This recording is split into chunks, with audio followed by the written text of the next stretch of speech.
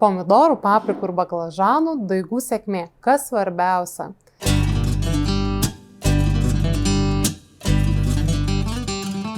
Nors sėklos yra itin svarbios, bet sėkmingai užauginti daigą vienas svarbiausių dalykų yra tinkama terpė juos auginti. Tad rinkitės profesionaliai ir kokybiškai parinktus substratus, sukurtus specialiai šiems augalams. Šie substratai pasižymi puikia frakcija, sureguliuotu rūgštingumu bei purumu, kuris neleis suslėgti šių daržovių daigų šaknų, leis joms vystytis kokybiškai, o tinkamas šaknynas itin daug lemia tolimesnėme auginime.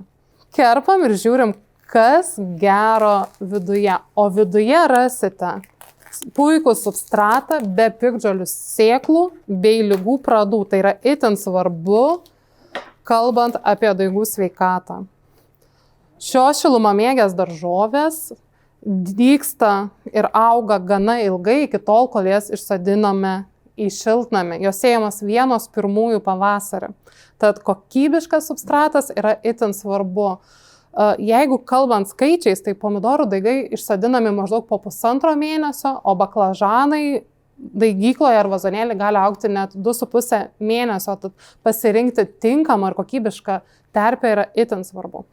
Puri struktūra užtikrins tai, kad visą šį laiką daigai augdami daigyklose ir vazonuose bus aprūpinti oru, substratas praleis vandenį ir šaknis neužmirks bei tinkamai vystysis. Tad be tinkamo substrato, kuris lemia daugiausiai, labai svarbu paminėti ir kitus faktorius, kurie lems daigų auginimo sėkmę. Tad labai svarbu yra tinkamas laistymas. Nelaistykite šaltu vandeniu, o kol daigai dar visai maži ir trapus, geriau purškite.